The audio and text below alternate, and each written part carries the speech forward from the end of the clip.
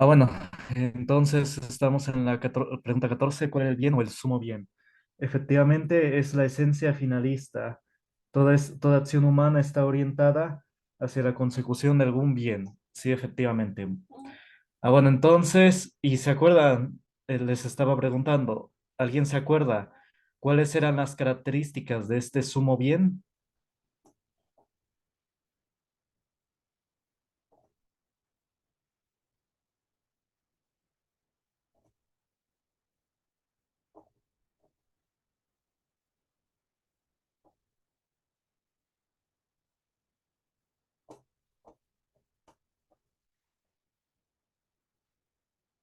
Bueno, las características era que era perdurable en el tiempo, recuerden, que se sostenía en el tiempo, era perdurable, no era así, digamos, algo temporal, sino era algo que perduraba por siempre o perduraba mucho tiempo. Entonces, esa es una característica, durabilidad en el tiempo. Otra característica era que era estable. Es decir, entonces de aquí surgía, ¿no? Les decía que entonces las adicciones no son bien o sumo bien, porque no te producen una vida estable, ¿no? Entonces, este sumo bien te produce estabilidad. ¿Qué otra característica habíamos dicho? Era estabilidad, perdurabilidad y continuidad. También continuidad. Es decir, que no termina. Bueno, es un poco con la idea de estabilidad y perdurabilidad en el tiempo. Eso es continuidad, que no tiene fin y que a su vez es continuo porque es estable. Entonces eran esas tres características: perdurabilidad en el tiempo, estabilidad y continuidad. ¿Sí? O por ejemplo, un ejemplo sería como la idea de Aristóteles, que del matrimonio, ¿no? El vivir en pareja sí tiene una continuidad porque deja hijos. A eso se refiere con continuidad. Sigue, es como les digo, una idea también con el tiempo. Sigue, se mantiene, porque el matrimonio produce hijos y ahí es donde tiene continuidad. Bueno, ¿sí se entiende? ¿Dudas hasta acá? No, ninguna duda. Bueno. Menciona las obras de Aristóteles. Bueno, aquí ya me pusieron varios, muy bien, efectivamente. Muy bien, y a ver, voy a ver.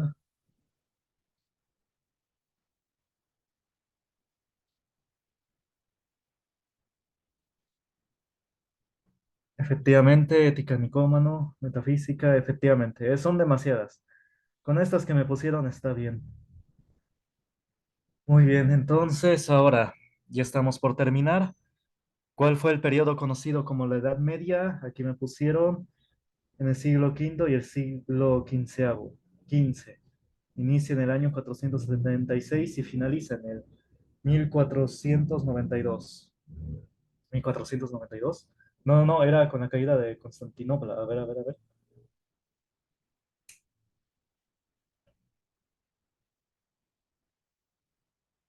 Estamos en la pregunta 16, ¿verdad? Exacto. Bueno, aquí está bien, esto está correcto. También conocido el tiempo de 1000 años de crecimiento, siendo este periodo histórico donde empezaron a existir las universidades, las escuelas. Bueno, muy bien hecho. A ver, entonces cualquiera de los dos está bien, ya sea que me pusieran de qué años abarcó o sus características, como de que se crearon escuelas, universidades. Las primeras escuelas para alfabetizar a la gente. Y sí, las primeras universidades.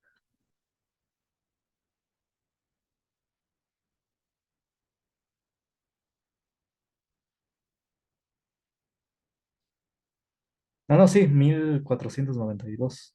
Pero ¿qué no era la caída de Constantinopla?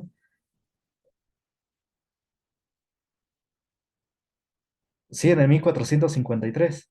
Bueno, creo que les decía, ¿no? Que había un debate ahí, que unos lo ponen en el fin de la Edad Media con la caída de Constantinopla en el 1453. Sí, sí, es un debate. A ver creo que, a ver qué fecha les puse. ¿Alguien tiene ahí los apuntes? ¿Qué fecha les puse que abarcó la Edad Media?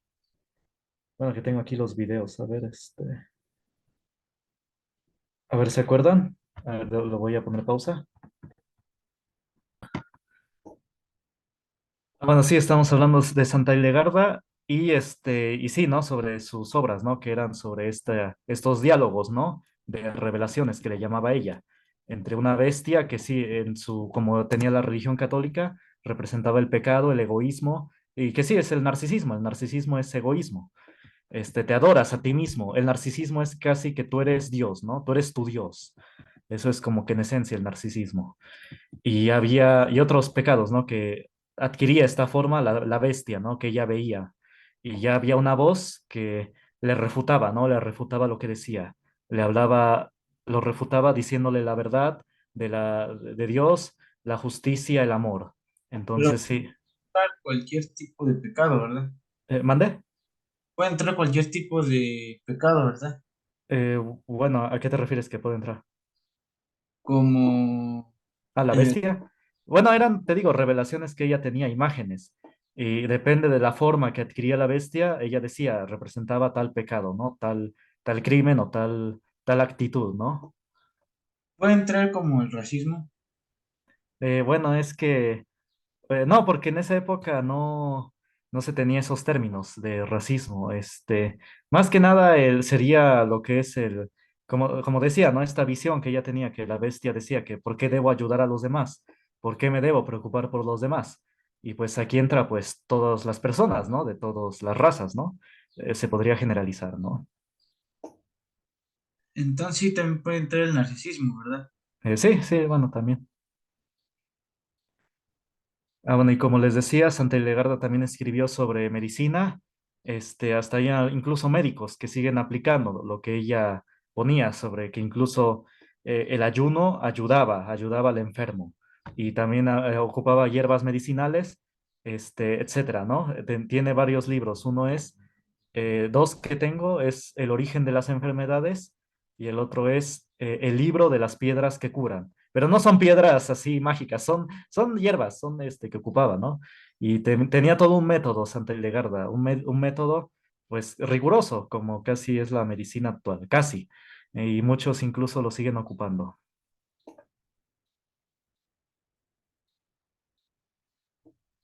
Ah, bueno, entonces, y ella vivió, como dije, en la Edad Media. Nada más que como fue el último que vimos, ya no lo vi Entonces, con detenimiento. curanderos o algo así, se podría decir. No, no, es que, bueno, cuando se habla actualmente, en esta época de curanderos, ya ven que meten cosas como mágicas, ¿no? Ocultistas. No, ella aplicaba puramente hierbas medicinales. No ocupaba así cosas ocultistas. Y también decía, ¿no? Que el ayuno ayudaba al enfermo. Hasta decía, excepto a los orgullosos, que los orgullosos no ayunen porque les aumenta el orgullo. Entonces era un método casi científico. Era realmente un método muy riguroso.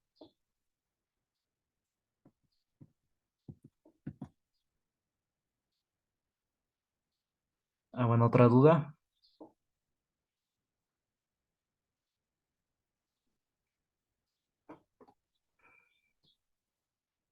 Ah, bueno. Entonces, sí, en resumen, esto fue nuestro curso de filosofía. Vimos lo principal, que eran los filósofos griegos, y también abarcamos un poco de la Edad Media. Bueno, lo principal de la Edad Media, que son estos tres autores, Santo Tomás, San Agustín y Santa Hildegarda. Después, más adelante, sí, nos faltó demasiado, la época llamada el Renacimiento con René Descartes y también muy importante, que me hubiera gustado ver, pero ya no me dio tiempo, San Juan de la Cruz y Santa Teresa de Ávila. Es decir, en la época del Renacimiento tenemos subperiodos también. Tenemos, bueno, a René Descartes. Y en un subperiodo dentro de este Renacimiento está algo llamado Contrarreforma, que es caracterizado por Santa Teresa de Ávila, igual filósofa, era una monja que pues hizo escritos de filosofía y fueron publicados, no fueron oprimidos ni nada de eso. Ella pues se le dejó, ¿no? Es mentira que mucho a las mujeres se les oprimía demasiado, así como dicen. Más bien la Iglesia Católica protegía mucho a las mujeres. Y pues tenemos filósofas mujeres como y ya hasta enseñaban en universidades. Ah, bueno, y también tenemos a San Juan de la Cruz, dos filósofos muy importantes de esta época, que bueno, ya no me dio tiempo verlos, pero sí, son muy, muy importantes. Prácticamente ellos cimentaron lo que eran los valores o reforzaron los valores europeos, que son los que mucho se están perdiendo, los valores europeos. Bueno, entonces, ¿dudas hasta acá? ¿Comentarios? Bueno, y termino diciendo comentarios de René Descartes. Ya no lo vimos, pero bueno, nada más comentarios generales voy a hacer. René Descartes se le adjudica la frase, pienso, luego existo.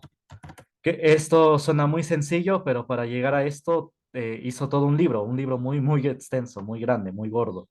¿Qué significa esto? Significa que para saber yo que soy real, para saber que soy real, me basto con tener razonamiento. Si yo puedo razonar, significa que existo. Es una implicancia. Si yo razono, esto implica, así a manera de flechita, implica o por lo tanto yo existo. Es un poco, es esta idea en sí. Como les digo, como son escritos de filosofía, para llegar a esta idea que pareciera simple, escribió todo un libro muy gordo, muy grande. Pero en esencia, ay, disculpen, es un poco esta idea. Si yo tengo razón, razonamiento, por lo tanto existo. ¿Sí se entiende? Sí, Bueno, y sí, me parece muy acorde a la época actual. Hay muchas cosas actualmente que nos impiden razonar. Las adicciones, los distractores, las ideologías, como hasta el cansancio les he hablado de las ideologías, todas esas cosas nos impiden razonar.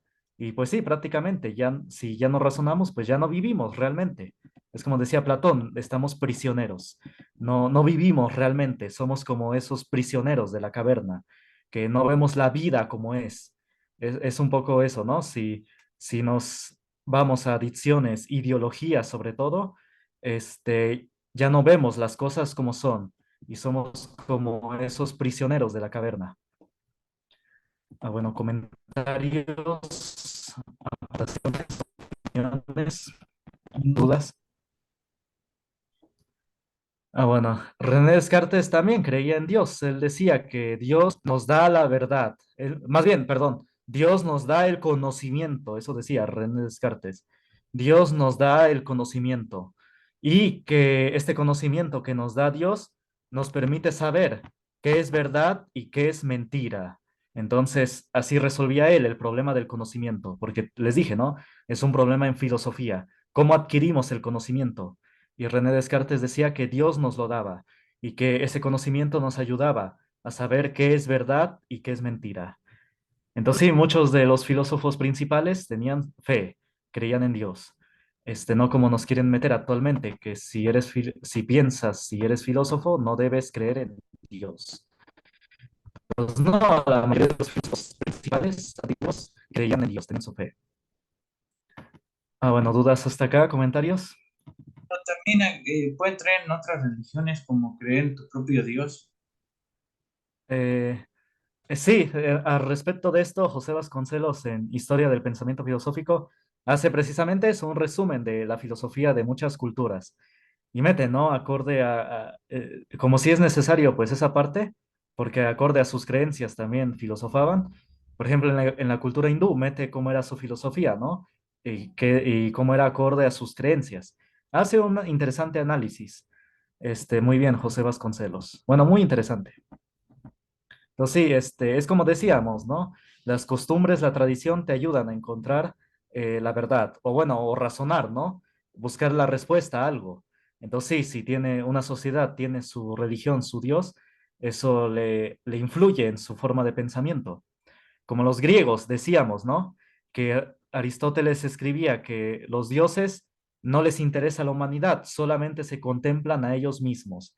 Y por eso los griegos se veían como solos o solitarios, que ellos tenían que buscar la verdad por sus propios medios, la humanidad, ¿no? Tenía que buscarla.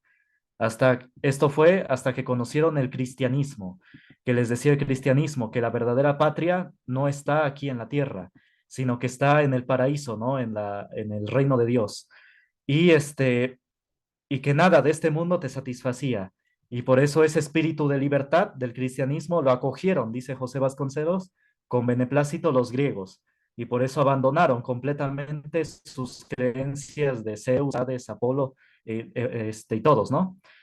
Realmente, ahí sí, no hay nadie que hoy en día que crea en eso, porque acogieron con beneplácito el cristianismo. Dice José Vasconcelos que porque veían en el cristianismo ese espíritu de libertad. Entonces, sí, sí, efectivamente, la fe influye en el pensamiento y en el razonamiento. Y sí, y por lo que hemos visto, un razonamiento bueno, ¿no? Si es una fe unida a Dios que nos busca, ¿no? Que amemos al prójimo. Entonces, por eso tenemos a estos filósofos, ¿no? Que escribieron cosas muy interesantes, muy razonadas, ¿no? Ah, bueno, dudas hasta acá, comentarios.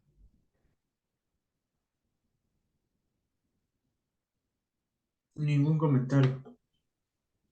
Ah, bueno, sí está bien que pregunten porque por eso la clase se vuelve rica. Bueno, así yo puedo nada más poner unas cosas, pero si preguntan, efectivamente hay más comentarios.